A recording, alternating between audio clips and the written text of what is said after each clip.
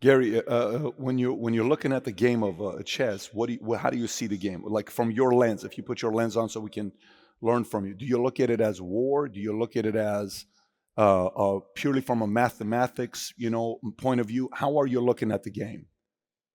Uh, it's a game, so I don't think it's mathematics or any other science. It requires a lot of preparation. So I'm still very passionate about the game. So I love the game. I like watching. I love watching the games. I just playing, online and just doing exhibitions. So it still takes a considerable part of my life.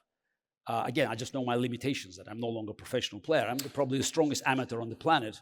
But when I play chess, it was everything. So that's, again, you play, you have to invest, all you have into the game. So whether you may call it a war, you may call it psychological warfare, because we're sitting against each other, and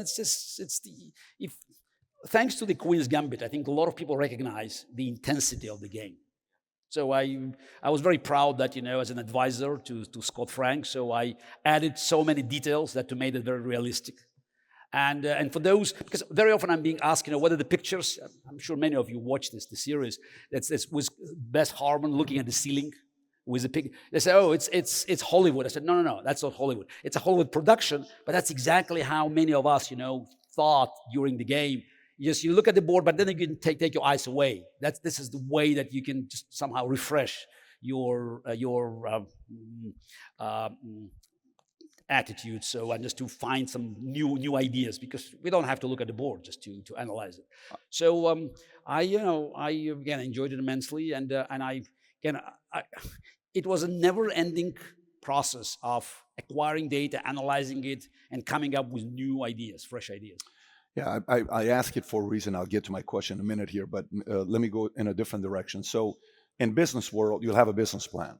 We write a business plan, and here's what we're going to do: Q1 this month, second quarter, third quarter, fourth quarter, and then we're going to expand here. We're going to take this capital. I'm going to hire 5 employees here. We're going to go to this office. Anyways, you put a business plan together, and then COVID happens, and then somebody in your company leaves and goes to the competitor. They take 3 clients away from you. Things adjust.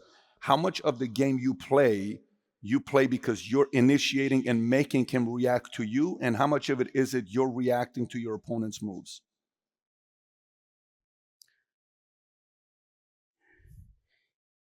I think when people talked about Charles Darwin, I think often they got it wrong, because actually the Darwin theory said that it's not the strongest species that survive, not the smartest, but the most adaptable to change. That's it. So it's about your ability to adapt. And these days, it's the most valuable quality that guarantees success. As you said, COVID happens. Things can happen. And it's and that's why, I always argued, and it's my book is a special chapter, How Life Imitates Chess, special chapter called Attacker's Advantage. Yes, people know if you are in the attack, you take risk. But there are also benefits, because you are ahead. You can be ahead of the curve, just on this curve. Sure. You can see what's happening there. So I think these days, attacker's advantage is more valuable than ever. Wow. Because again, it's taking risk is risky. Yep. Not taking risk is much riskier. What split would you put on that? 80-20? 70-30? I don't know. That depends. But it's for so long we knew that that's the philosophy of business was to mitigate risk, how to reduce it. And by the way, once I did an experiment. So you can use a Google Ngram, and you can look at the books for 100 years and find out how certain words have been used. And you can check, and it's always shows the change in the public attitude and in technology. You put the word computer, you put the word phone, so phone goes up and then a little bit down, and then with mobile phones goes up again. So there's only one word that I found that didn't behave, following the pattern. It's called risk. Until mid-late 60s, it was almost non-existing, and then it jumped exponentially. We discovered risk, and we wanted to mitigate this risk. We wanted to handle it. We want to minimize it. Forgetting the fact that, if you minimize risk, you also have to sacrifice benefits. We can print money, of course. That's what we've been doing for a long time. So to compensate. But it's insane just to think, how many great things happened in the past because people didn't, pay much attention to risk. Every of you has a mobile device that is 10,000 times more powerful than all computing power of NASA in 1969 when Americans landed on the moon. So maybe that's happened because they couldn't calculate the risk.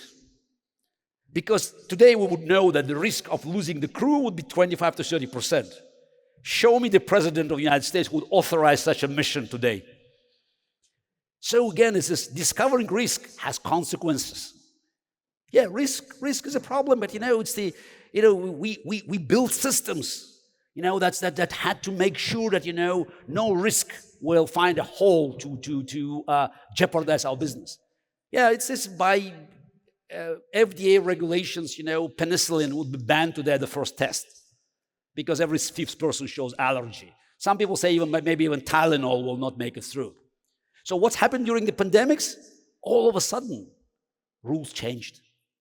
Because the companies that abandoned research in antibiotics and vaccines for a simple reason, because 95%, 90% was not good.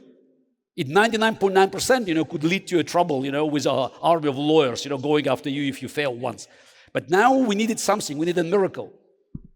And I think that's now we're seeing this change in this attitude. It's more and more people recognize that, you have to incorporate risk. Yes, it's risky. Yes, you can lose, but you have potential benefits. At the end of the day, that's about capitalism. The Winston Churchill said that the inherent vice of capitalism is an equal distribution of blessings. But the inherent virtue of socialism is equal sharing of miseries. So, yeah, we have to take our chances. Yes, and I think again we have something that was not available in 1969 or in the 70s or the 80s. We have these very powerful devices. Just how do we use them? Do we use them wisely? Do we use them effectively? I don't think so. So just, find a way to utilize this enormous power that has been created in the free world. So if you like this little short clip from an interview I did, click over here to watch the entire interview. And please don't forget to subscribe to the channel. Take care, everybody. Bye-bye.